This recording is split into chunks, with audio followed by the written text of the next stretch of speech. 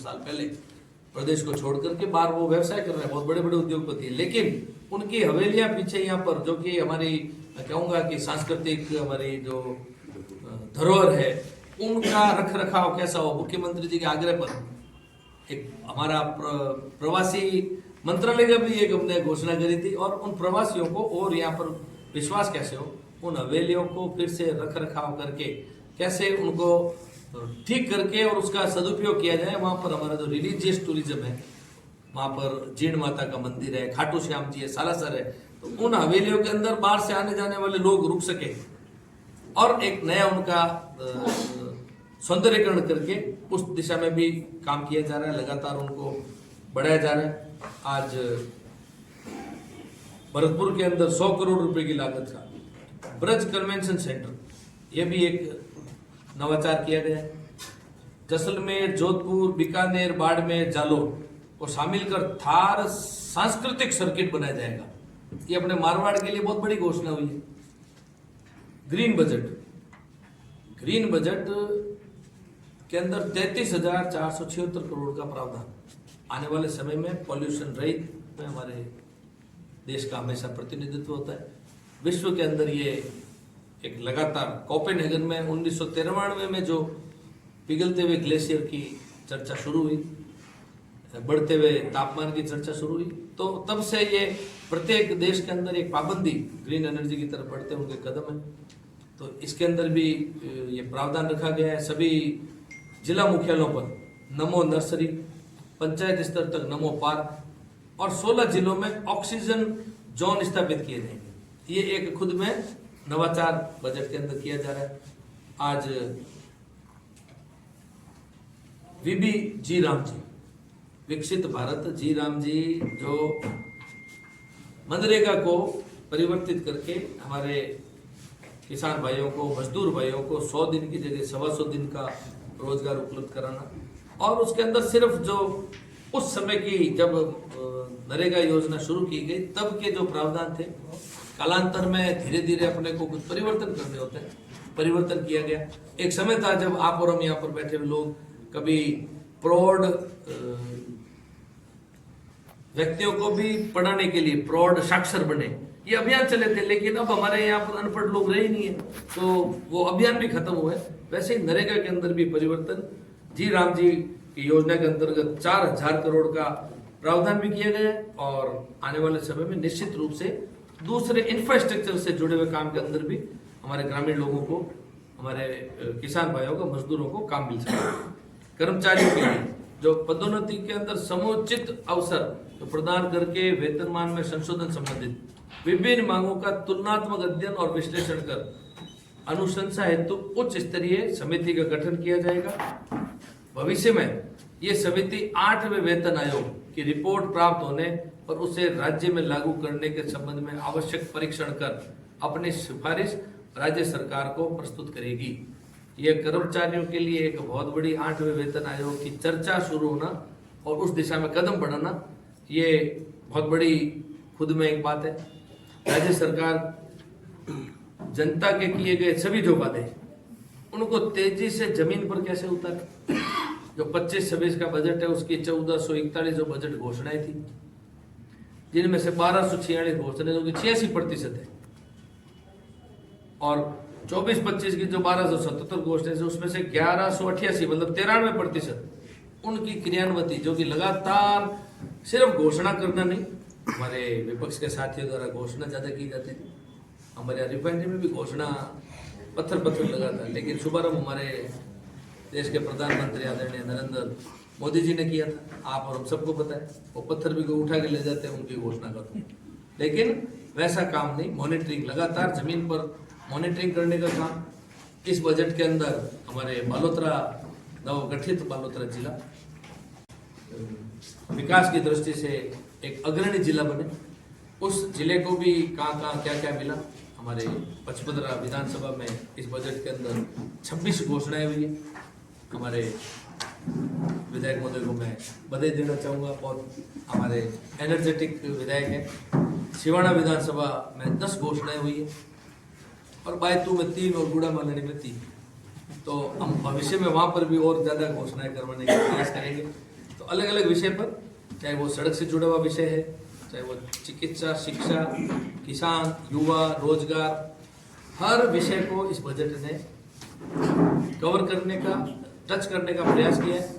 मैं निश्चित रूप से हमारे मुख्यमंत्री जी को, हमारे वित्त मंत्री आदरणीय उप मुख्यमंत्री दिया कुमारी जी को बधाई देना चाहूँगा, धन्यवाद, आभार ज्ञापित करना चाहूँगा हमारे जिले की तरफ से, प्रदेश की जनता की तरफ से, कि उन्होंने जो लगातार ये तीसरा बजट राजस्थान के विकास के लिए, सर्वांगीण विकास के लिए पेश किया।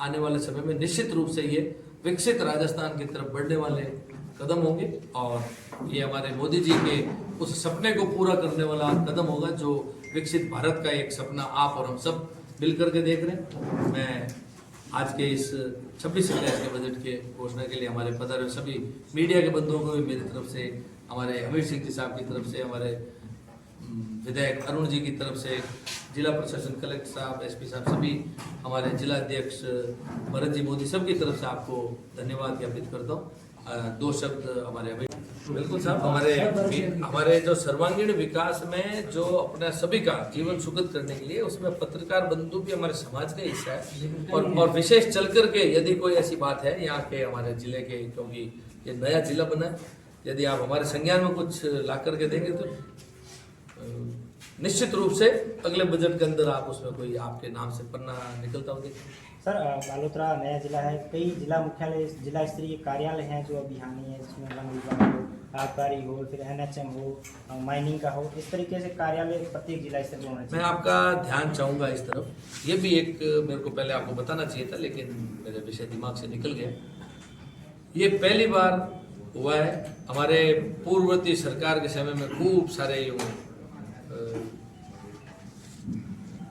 जिले बना दिए गए थे बिना कोई आर्थिक प्लानिंग, लेकिन भारतीय जनता पार्टी की सरकार बनते ही पहले मंत्रिपरिषद की, मंत्रिमंडल की बैठक, कैबिनेट के अंदर ही फैसला लिया गया कि उन जिलों को हम होल्ड करेंगे, परीक्षण निरीक्षण करवा करके जो फिजिबल दिखेंगे उन जिलों को टच करेंगे। खूब ग्राम पंचायत हो, अभी तक उनके घोषणा की हुई, ये बीजेपी की सरकार को बने हुए 25 महीने हो गए, अभी तक उनके भवन ग्राम पंचायतों को भी नहीं बने। लेकिन आपको और हमको जैसे नहीं पता है, इस बजट के अंदर जिलों से लेकर के पंचायत समिति हेडक्वार्टर से लेकर के ग्राम पंचायतों के भवन बनने तक की घोषणा ये पहली बार हुआ है कि इतना जल्दी, अभी तक कल परसों पुनर्गठन का काम पूरा हुआ है और जल्दी चुनाव होने के बाद में सरपंच बनते ही वो तुरंत ही पीछे पीछे ये अपने अपने ग्राम पंचायत के भवन का निर्माण शुरू कर सके। तो ये बहुत बड़ा एक विषय है। तो बालोतरा जिले का भी वो प्रावधान रख दिया गया और बहुत ही जल्द जिन जिन कार्यालयों की आप सोच रहे, चर्चा कर रहे हैं, वो सारे कार्यालय आपको निश्चित रूप से बहुत जल्द आते हुए दिखाई देंगे। सर, PM सूर्य घर योजना में लेट लपित बहुत करते हैं बिजली विभाग वाले, जैसे सब्सिडी नहीं आना और मीटरिंग जैसे जाते हैं टेस्टिंग के लिए, उसमें 15-20 दिन लग जाते हैं। सरकार की योजना है कि इसमें ज़्यादा से ज़्यादा कितना प्रोत्साहन दे, कितना, लेकिन ये नहीं हो रहा है। निश्चित रूप से सभी काम, हर डिपार्टमेंट को आपने देखा होगा कि अभी पुलिस विभाग के अंदर भी अलग अलग चालान पेश करने की तारीखों को भी आधे से कम समय में किया गया है। 110 दिन लगने वाले में 59 दिन। तो वैसे बिजली घर के अंदर भी एक कालखंड रहा जब हमको, आपको सबको याद है, मैं अभी थोड़ी देर पहले जिक्र भी किया कि बिजली विभाग तो सबसे ज्यादा घाटा देने वाला विभाग था। बताते हुए खुशी है कि आज हमारा जयपुर और अजमेर डिस्कॉम अब हम घाटे से बाहर आ चुके हैं।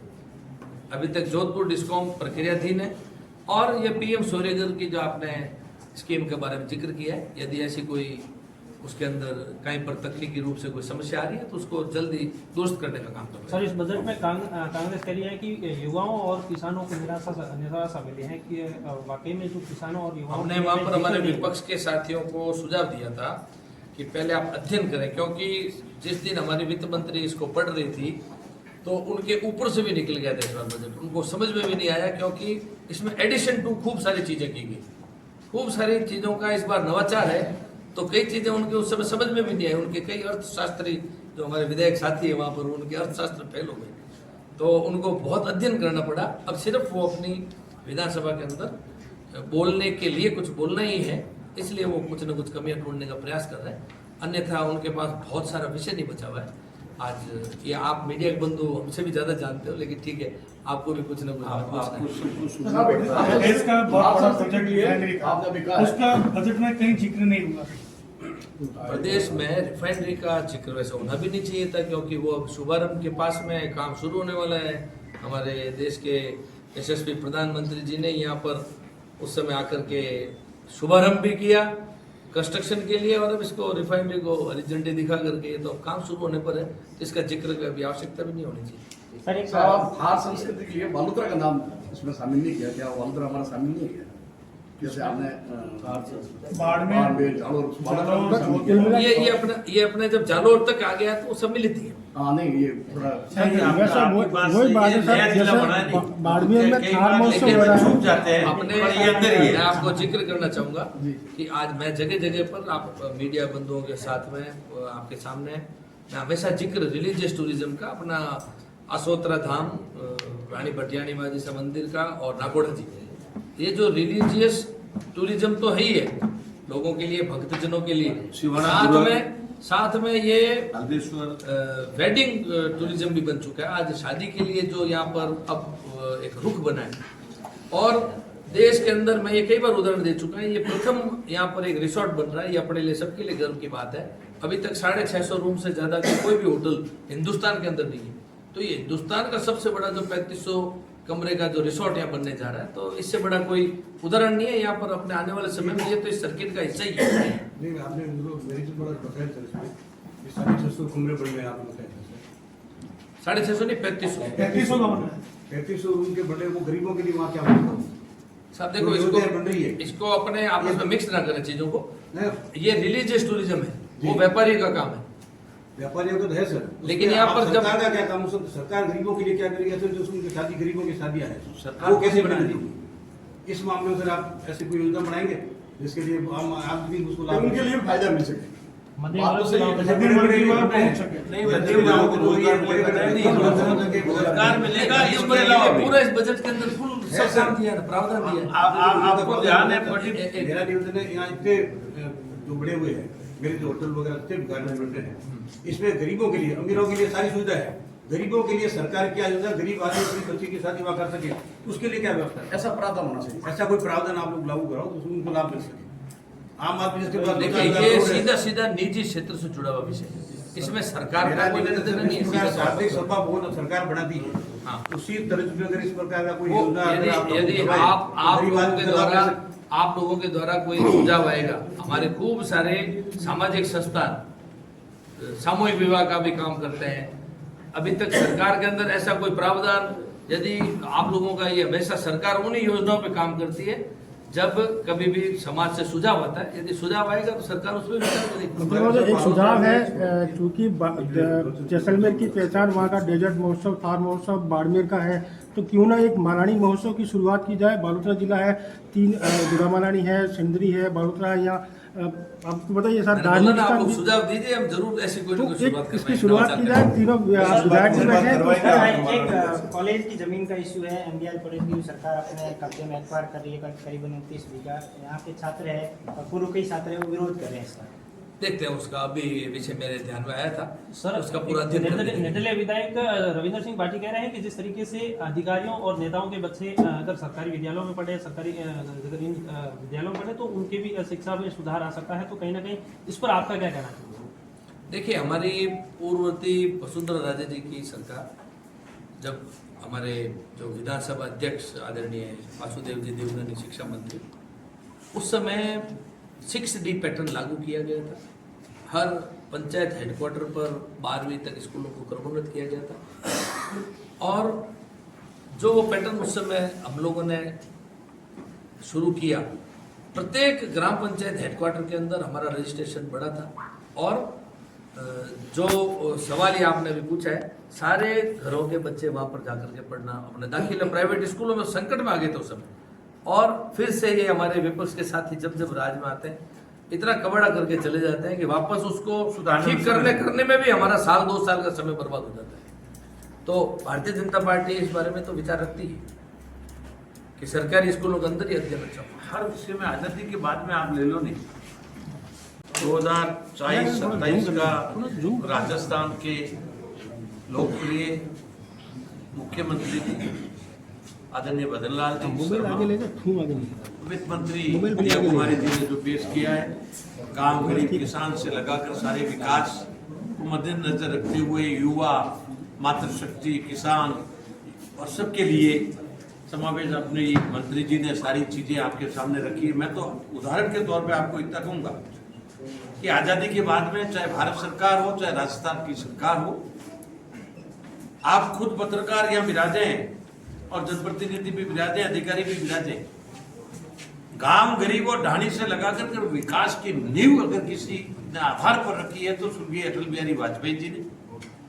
फसल बीमा योजना से लगाकर, पूर्व पश्चिम उत्तर दक्षिण रोड से लगाकर, और राजस्थान के अंदर स्वर्गीय भैरू सिंह जी शेखावत ने अंत्योदय योजना से लगाकर, काम के बदले अनाज योजना से लगाकर, और आज भी आदरणीय वसुंधरा राजे जी ने, आपको ध्यान है 2003 से लगाकर, 2003 से जब सरकार बनी तो उस समय में ये मेगा हाईवे बना।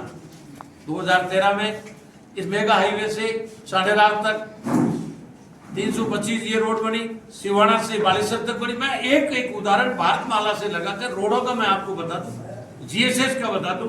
आज अपन ऊर्जा विभाग में आप कह रहे थे अपन लेने वाले थे, अब देने वाले बन गए, दूसरे प्रांतों को देने वाले बन गए। इतनी ऊर्जा अपने यहाँ प्रोडक्शन होना शुरू हो जाएगा। मैं विपक्ष के मेरे मंत्री और जो साथी हैं उनको कहना चाहूंगा, उनको दर्द वो हो रहा है कि रेट जब बढ़ाकर ये खरीदते थे तो उनके जेब भी भरे जाते थे, और आज आने वाले समय में अपन आत्मनिर्भर ऊर्जा विभाग में भी हो जाओगे। शिक्षा का आप देख लो उदाहरण के तौर पे, ये बहुत पुराने विराजे मेरे पत्रकार बंधु और इनको ध्यान है, बिना भेदभाव कर्मोन्नत का आदरणीय वसुंधरा जी राजे थे, चाहे भैरू सिंह जी शेखावत थे। शिक्षा के ग्रामीण क्षेत्र को अगर किसी ने ध्यान दिया, एकदम पूरी पंचायत हेडक्वार्टर पे पहले 8वीं की, उसके बाद में वसुंधरा जी के समय में एक साथ में 5356 10वीं की, और उसके बाद में जब ये 13 का मौका मिला 12वीं पूरे पंचायत हेडक्वार्टर पे की, ये किसी ने ध्यान नहीं दिया था। मेरे कांग्रेस के बंधु एक स्कूल अगर 10वीं कराते थे 20 साल वो कमाई खाते थे, ये हमने करवाई, और हमने एक साथ में बिना भेदभाव सारी चीज करने का काम किया। आपने देखा होगा 5 साल का समय विपक्ष का, मैं एक बार भी जैसलमेर में था, मेरे यहाँ सिवाना में कितना विकास हुआ मुझे बताओ आप। जो हुआ था उसका उद्घाटन भी करने नहीं देते थे, और अब आप देखो भारतमाला से लगाकर एक नया पचमंद्रा से कॉरिडोर से लगाकर जयपुर 3 घंटे में जाने का रास्ता मिलेगा। ये कौन कर रहा है मेरा भाई? तो एक अर्ज कर रहा हूं आपके, मोदी है तो मुमकिन है। और आज एक भी रेलवे स्टेशन बालोतरा का देख लो आप, पूर्व पश्चिम उत्तर दक्षिण से लगाकर भारत का छोटे से छोटा रेलवे स्टेशन, कोई ऐसा स्टेशन नहीं है उस पर कार्य नहीं चलता हो। आपने देखा होगा रोडों से लगाकर। अब वो लोग कह रहे हैं कि हमने कुछ किया था, यार जरूर किया तुमने, नुकसान जो करना था वो खूब किया है, इससे ज्यादा कुछ नहीं किया है। आपको ध्यान है 2014 में लाल किले से जब प्रधानमंत्री जी ने घोषणा की थी हर ढाणी में रोशनी होनी चाहिए, वो कह रहे थे आगरा भेजना पड़ेगा। क्या ये दिमाग कैसे हो गया है? ये बाड़मेर जिले में 2014 से पहले 2,53,000 कनेक्शन थे, घरेलू कनेक्शन से लगाकर सारे कनेक्शन थे।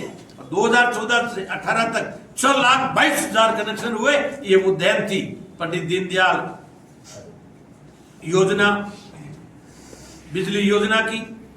शौचालय के समय में वो कह रहे थे 12,000 में बनेंगे क्या? अरे भैया तुमने तो 60 साल में एक नया पैसा भी नहीं दिया मेरा बीरा।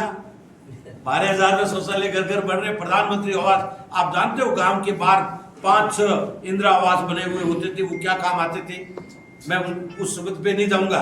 पर अब जो आवास बन रहे हैं माननीय प्रधानमंत्री जी ने दिया, जियो टैग करके उसको घर में रहने के लायक किया। इससे ज्यादा बढ़कर क्या हो सकता है? सारा शानदार जानदार बजट है, और मैं आपको धन्यवाद देता हूं। सिवाना क्षेत्र में पिछले बजट की कितनी योजनाएं धरातल पर लागू हुई है? मतलब करीब आपके 80% से ज्यादा लागू हो गई है। एक भी मुझे आपको अगर ध्यान में हो तो मुझे बताया, तो मैं पीछे पड़ता हूँ, मैं पीछे नहीं रहता हूँ, मुझे ध्यान है, एक भी पीछे नहीं रहने दीजिए, और अभी भी जो होगी तो धरातल पे उतरे। देखिए बालोतरा नया जिला है और मालाने की परंपरा तो यहाँ के स्थानीय लोगों की जगह जगह से लगातार लंबे समय से मांग चल रही है। तो उस मांग के अंदर कुछ बिंदुवार विषय हमारे पास आएंगे और निश्चित रूप से मालानी महोत्सव की आज हम घोषणा करते हैं कि इस साल हम आने वाले इसी साल के अंदर मालानी महोत्सव का हम प्लान करेंगे। अगर बड़ौदा जिले में अगर कोई हुई है तो 15 विधानसभा में हुई, खास तौर पर क्या क्या विशेष घोषणा की 15 क्या क्या सौगात मिली इस बजट में? ऐसा है 15 की सबसे प्रमुख समस्या इस बालोतरा शहर की पानी की समस्या थी, जिसके तहत अभी हाल ही के इस बजट के अंदर लगभग उस जलाशय बनाने के लिए और यहाँ की पेयजल व्यवस्था सुचारू रूप से चले उसके लिए लगभग 750 करोड़ बालोतरा और उसके साथ में दूसरे शहरों को जोड़ करके हो रही है। इसके अलावा हमारे यहाँ उद्योग धंधों को लेकर के काफ़ी टाइम से पिछली भारतीय जनता पार्टी की सरकार के तहत CPT का जो है निर्माण हुआ था और अब इस सरकार के तहत हमारे आदरणीय भजन लाल जी शर्मा साहब के मुख्यमंत्री काल के दौरान और इस बजट के अंदर जो घोषणाएं हुई, जिसके तहत लगभग बालोतरा और बालोतरा के साथ अन्य शहरों को मिलाकर लगभग 1000 करोड़ की घोषणा हुई। मैं कहता हूँ इससे हमारे बालोतरा की जो परिस्थिति दिनों दिन बिगड़ने वाली थी आने वाले समय के अंदर, उस परिस्थिति से हम काफ़ी निजात पाएंगे और हमारे जो उद्योग धंधे हैं, जो बालोतरा जिस नींव के ऊपर खड़ा है कि बालोतरा का उद्योग धंधा अपने आप में बालोतरा की नींव है, तो हम ये मानते हैं कि हर किसी के रोजगार से ये बालोतरा जब जुड़े हुए हैं यहाँ के व्यासी, तो मैं ये मानता हूँ CPT का यहाँ निर्माण होने से जो पॉल्यूशन की जो समस्या है उससे निजात मिलेगी। इसके अलावा जो मांग थी कल्याणपुर के अंदर हमारे युवाओं की मांग थी कि वहाँ UG से PG हो, तो PG विद्यालय महाविद्यालय हुआ। और मैं ये कहता हूँ बालोतरा के अंदर मांग और भी जैसे कई, क्योंकि ये बजट तो अभी पेश किया है, अभी इसके बाद में डिमांड के बाद में जब मुख्यमंत्री महोदय का जब वक्तव्य भी आएगा और मैं ये कहता हूँ और भी कई घोषणाएं होगी, लेकिन ये पक्का है कि बालोतरा के अंदर विकास की किसी तरह की कमी नहीं होगी। हमारे मुख्यमंत्री महोदय ने जिस प्रकार इस बजट के अंदर मानसिक रूप से जो भी हैं जो भी लोग हैं उनके लिए जिला स्तर पर जो केंद्र खोले गए, उसका कारण एक ही मैं मानता हूँ कि अब कांग्रेस वाले को है उनकी स्थिति ऐसी होने लग गई है कि अब उनको मानसिक जो है उनको इलाज कराना पड़ेगा और उसी के अनुसार मुख्यमंत्री जी ने बहुत ही सोच विचार करके और सोचा है और उसी के अनुरूप ये मानसिक हर जिला हेडक्वार्टर पर मानसिक हॉस्पिटल खोल करके। और मैं ये कहता हूँ कि आजकल व्यक्ति बहुत ही बिजी रहता है, मोबाइल और भी स्ट्रेस होने के कारण कई तरह की परेशानियां भी होती है। तो मैं ये मानता हूँ कि जब इतनी छोटी से छोटी सोच अगर मुख्यमंत्री जी ने इस बजट में जो सोची है और हमारे वित्त मंत्री जी ने जिस प्रकार इस बजट भाषण में ये घोषणा की है, मैं मानता हूँ इससे हमारे जो भी हैं आने वाले समय के अंदर मानसिक रूप से अगर कहीं पर भी कोई प्रॉब्लम होती है तो मैं ये मानता हूँ उनको काफ़ी सुविधा मिलेगी। और इसके अंदर इस बजट के अंदर युवा हो, महिला हो, किसान हो, गरीब हो, सभी वर्गों को ध्यान में रखते हुए यह बजट जो है लाया गया है। और मैं ये मानता हूँ इससे हमारा जो 55 या हमारा बालोतरा जिला तो विकसित हो गई, लेकिन मैं ये कहता हूँ विकसित राजस्थान 2047 के अंदर यह राजस्थान का एक वास्तव में परिकल्पना के रूप में एक बहुत ही रोड मैप तैयार किया गया है और इसी विकसित राजस्थान 2047 के अनुसार ही किस प्रकार राजस्थान हमारा बने उस सोच को ये बजट जो बताता है। तो मैं हमारे मुख्यमंत्री जी का, हमारे वित्त मंत्री जी का और आज इस प्रेस कॉन्फ्रेंस में हमारे के विश्नोई जी मंत्री महोदय का, हमारे सिवाना के विधायक अमीर सिंह जी बाहिल साहब का, हमारे जिलाध्यक्ष भरत जी मोदी साहब का, हमारे जिला कलेक्टर साहब का, समस्त प्रशासन का और यहाँ सभी उपस्थित मीडिया बंधुओं का भी बहुत बहुत स्वागत और अभिनंदन और धन्यवाद देता हूँ कि आप पधारे। धन्यवाद।